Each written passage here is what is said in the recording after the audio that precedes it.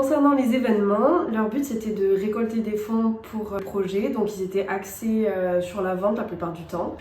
Au sein du campus Carrère, on a fait pas mal de stands de gâteaux, une friperie et quelques trocs ortho, donc pendant lesquels on vendait du matériel ortho d'occasion aux étudiantes. Nous avons également organisé une tombola avec l'ABFO. On a vendu des madeleines et des chocolats via les sites Madeleine Bijoux et Initiative Chocolat. On a aussi participé à quelques vides jouets. Et grâce à notre partenariat avec Jeux des cartes, nous avons pu organiser une soirée jeux de société et nous avons aussi mis en place l'opération papier cadeau où nous étions dans leur boutique à Bordeaux pour emballer les papiers cadeaux et les clients nous faisaient un don libre justement pour récolter des fonds.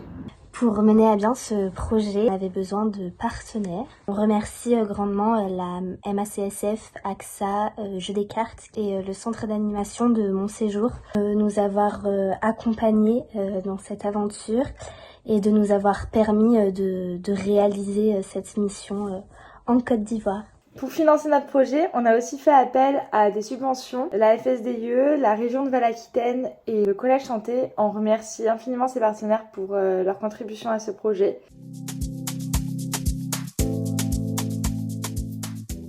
Durant toute la préparation du projet, on essayait de se faire des points assez régulièrement avec l'ensemble du bureau. C'était des réunions tous les mois, présentielles ou en distanciel, pendant à peu près 1 an et demi. Pendant ces réunions, on faisait le point sur les événements passés, ceux à venir, où on en était de la récolte de fonds. On essayait vraiment de se tenir au courant assez régulièrement de ce qui restait à faire, les tâches de chaque poste, etc. En parallèle, on avait aussi beaucoup de visio avec Sterna Africa. C'est plus Chloé et moi. Nous en occupions avec de temps en temps Margot. Durant ces visios, donc on faisait le point de ce qui restait à faire, de ce que nous on faisait de notre côté, de ce que eux faisaient de leur côté, pour vraiment garder un lien entre nous pour préparer au mieux notre arrivée sur place.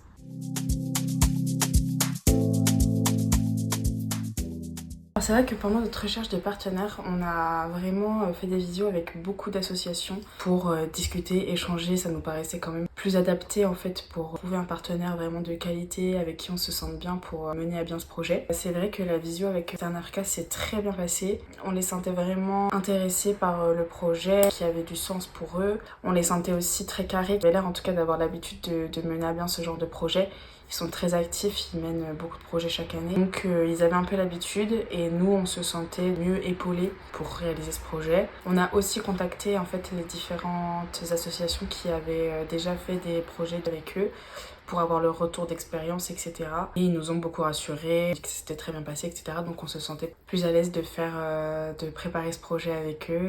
Et en plus de ça, on a eu un contrat de partenariat qui pour nous était essentiel très rapidement. Et une fois que c'était carré, c'était tout lancé et on pouvait commencer quoi. Queen D.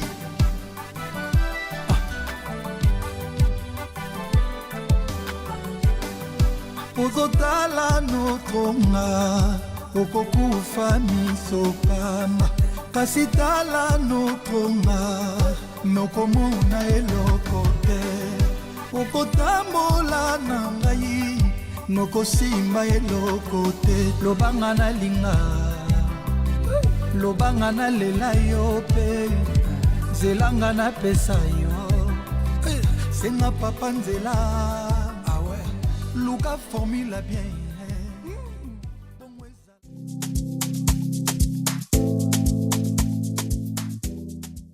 Alors, sur le chantier, on était 12 volontaires, donc il y avait 5 bénévoles sud de l'association Sterna Africa et 7 volontaires françaises de l'association Mobile. Donc on était toutes étudiantes en orthophonie à Bordeaux. Donc, dans les volontaires sud, il y avait Grace, il y avait Esdras, Alex, Hermine et Vianney. Et dans les volontaires nord, il y avait Romane, Chloé, Adeline, Margot, Tuyane, Clémence et moi, Mathilde.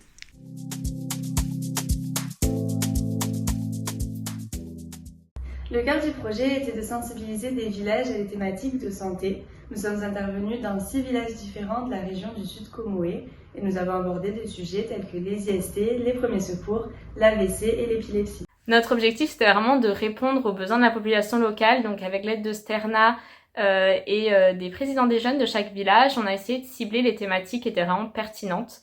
Donc c'est pour ça qu'on a ajouté d'ailleurs la sensibilisation sur les gestes et premiers secours et sur les IST, c'était une demande de leur part.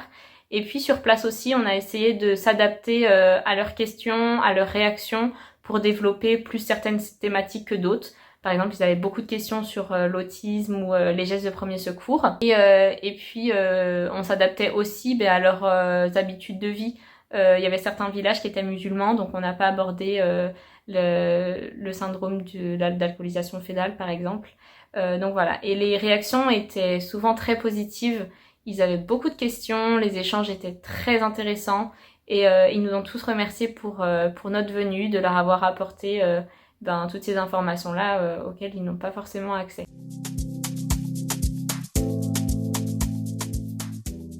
C'est vrai qu'on a construit nos sensibilisations en fonction vraiment des besoins définis sur place par Sterna Africa.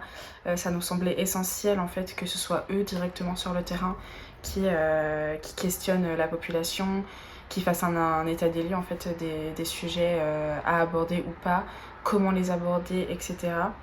Donc c'était vraiment pour répondre à une demande sur place.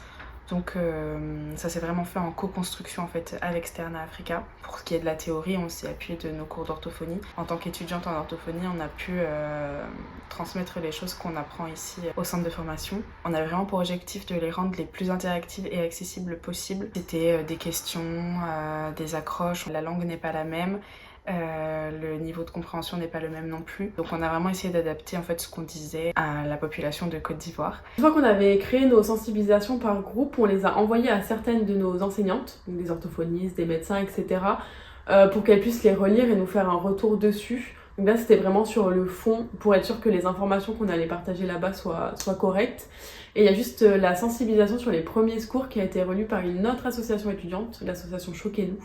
Donc pareil pour qu'ils puissent nous faire un retour sur la sensibilisation, puisque là on allait vraiment montrer des gestes de premier secours, donc on voulait être sûr que ce soit les bons.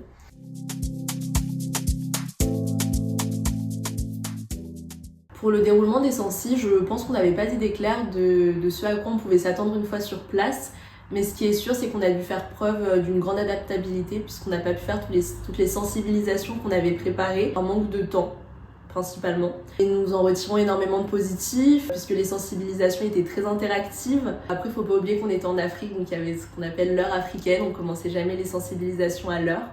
Mais dans l'ensemble, les populations des villages dans lesquels on s'est rendu, ils étaient très réceptifs, ils nous posaient énormément de questions, et ils étaient très intéressés par les thèmes qu'on leur proposait.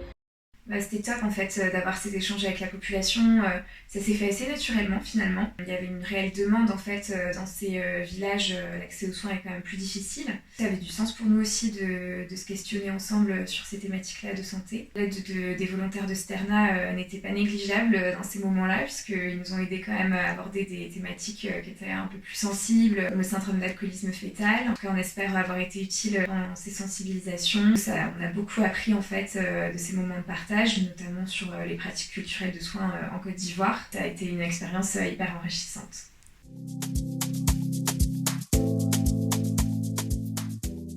Lorsque nous n'étions pas en sensibilisation, nous passions les matinées à l'école de Daziro pour faire du soutien scolaire.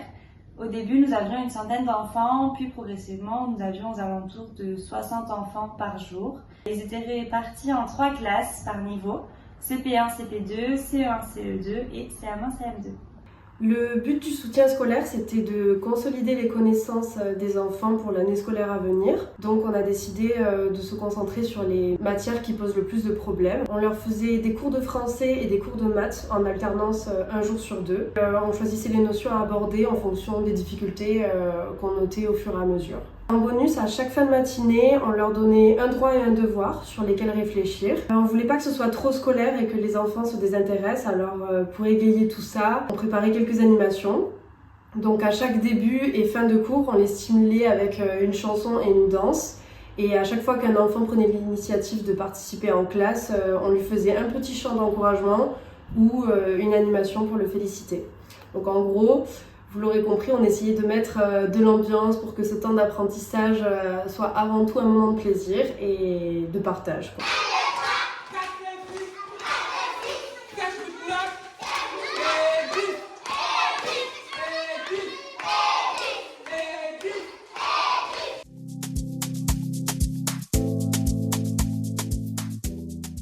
Alors les après-midi, on retrouvait généralement les enfants qui venaient à l'aide de devoirs, mais il y avait aussi leurs petits frères et leurs petites sœurs et des collégiens qui se joignaient à nous, donc ça faisait une centaine d'enfants pour les activités. On commençait généralement par une grande activité qui permettait de créer un peu des équipes. On a pu faire plein de jeux, du foot avec le tir au but, le tir à la corde, le jeu du chef d'orchestre, les poissons pêcheurs, des bérets où on leur donnait des noms de fruits et de plats ivoiriens, comme ça ils retenaient mieux.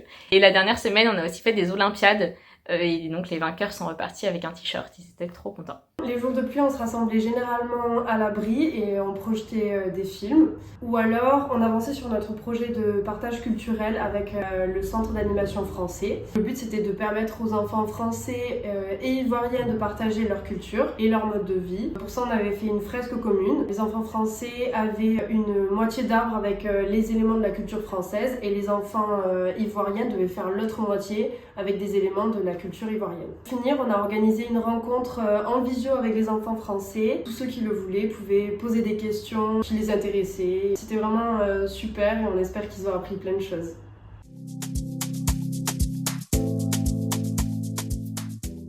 En ce qui concerne l'interculturalité durant notre vie sur le camp, nous avons adopté un mode de vie en communauté en nous conformant à la façon de faire des bénévoles de Sterna Africa. Nous avions alors un tableau de corvée avec le ménage, la cuisine, la vaisselle, mais aussi l'eau, où il fallait aller puiser l'eau dans le puits pour la douche, puisque nous nous douchions au seau et à la bouteille. Et tous les jours, on changeait de corvée. On était 2 ou 3 par groupe et on essayait un maximum de mélanger les volontaires nord et les volontaires sud. Pour les repas, on a essayé de varier entre des repas ivoiriens, béninois, mais aussi français. Ce qui n'était pas toujours très simple puisqu'on ne retrouve pas les mêmes ingrédients et la même façon de faire. Il y avait aussi pas mal de partage interculturel au niveau de la musique, mais aussi de la danse. Nous avons passé beaucoup de temps à danser et à chanter.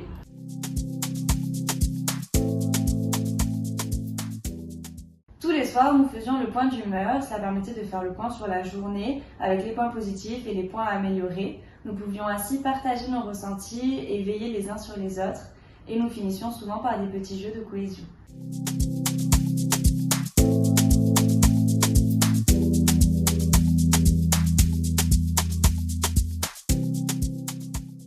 J'ai adoré la découverte du centre Don Orion à Bonoa. Sterna nous a emmené faire la visite de ce centre de rééducation où on a pu voir les différentes salles de soins, kiné, la balnéothérapie, la salle de psychomote. On a aussi pu échanger notamment avec le psychomotricien et puis les 2 bureaux des orthophonistes. C'était hyper intéressant de voir comment ça se passe là-bas. C'était vraiment trop cool.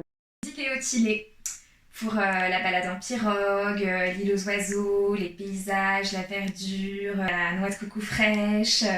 On avait un guide en plus qui nous expliquait la faune et la flore, l'histoire du parc national. C'était vraiment très beau. Banco, j'ai adoré la randonnée en pleine nature ivoirienne. Ma sortie découverte préférée, c'était la journée à Ngalois. C'est un village pas très loin d'Adiekro, on y allait sur la journée, on a fait une randonnée, on a mangé là-bas et certains se sont baignés dans la lagune, donc ouais, c'était vraiment très très cool. Le marché de Tréville et tous ses stands de nourriture, de pagnes et de souvenirs. Ma découverte préférée, ça a été la journée d'indépendance où nous avons été conviés par l'adjoint au maire d'Adiaké pour venir voir le défilé de la journée d'indépendance le 7 août, pour fêter les 60 ans de l'indépendance de la Côte d'Ivoire. C'était un moment génial où on a vu des défilés militaires, des défilés de taxis. C'était assez rigolo et c'était vraiment une chouette journée. Ma découverte préférée, c'était l'hôpital. C'est là-bas que Mathilde, Tuyane et moi, on a découvert qu'on avait le paludisme. C'est quand même chouette de comparer en fait avec ce qu'on avait chez nous, qui est très différent. Et on a été très bien accompagnés.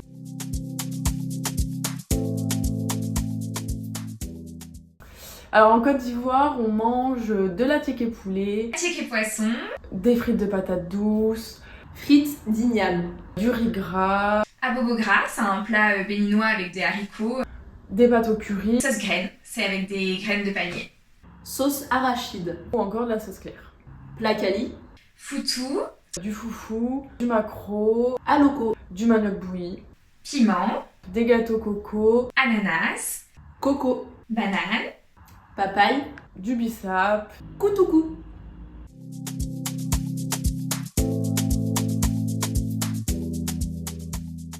Je devais résumer ce voyage en 3 mots. Les enfants. Émotion, Djégué, Dadiekro, Culture, animation, aquaba, paludisme. Paludisme. rencontre, Rencontre. Rencontre. Yako. Yako. Yako. Yako. Partage. Partage. Partage. Partage. Inoubliable. Inoubliable.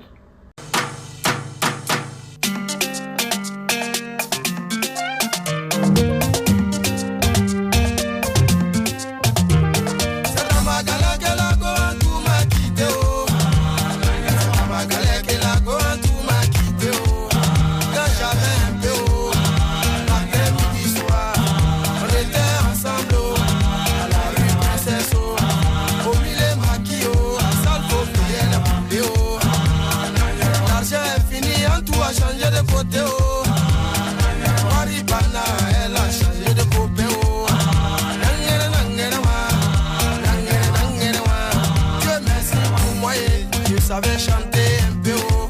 J'ai fait ma cassette haut. On peut voir à la télé haut. Matin, midi, soir, c'est moi qui chante à la radio. Un tout à Visaël, tu le caou à percer haut. Attends, je vais partir le couper haut. Mais on dit premier gaou n'est pas gaou. C'est deuxième gaou qui est nyata haut. On dit premier gaou n'est pas gaou. Deuxième Kaou qui est Nyatao. Dimanche matin et coco, on frappe à ma porte. À ma grande surprise, oh, c'est la go en tout, je vois. Oh. Ensemble, j'ai dit, oh, y'a longtemps, c'est plus vieux. Elle veut me mentir, oh, elle dit, chérie, j'avais voyagé. Oh. Je suis de retour, oh. Je t'appartiens. Oh. Prends-moi cadeau, oh. Fais ce que tu veux. Oh. Mais on dit, premier gaou n'est pas gaou.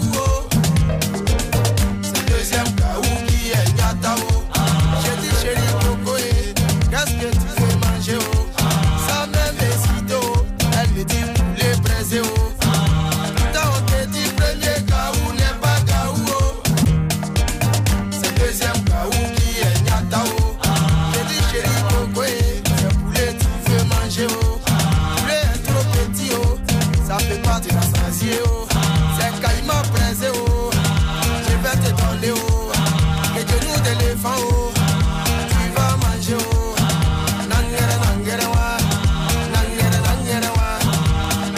Elle est fâchée, elle dit elle s'en va à la maison. Si elle va à la maison, population va me tuer. Je lui ai demandé pardon et elle a accepté.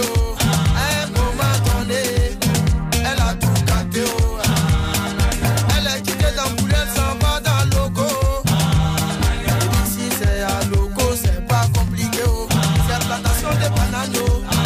Tu vas griller. Au lieu de fourchette, ça fait pas bien piquer. C'est avec plateau. Tu vas manger.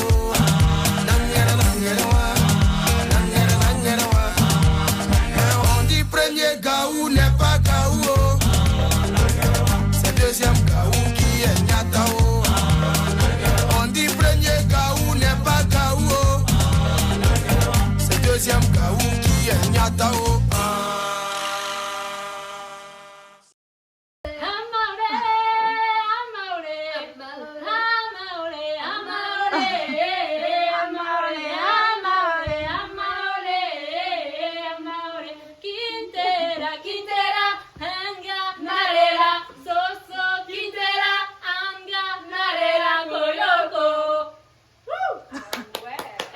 Ici c'est le studio d'enregistrement à Daddy Crow en fait. Bruit du coutougou. 3, 2, 1.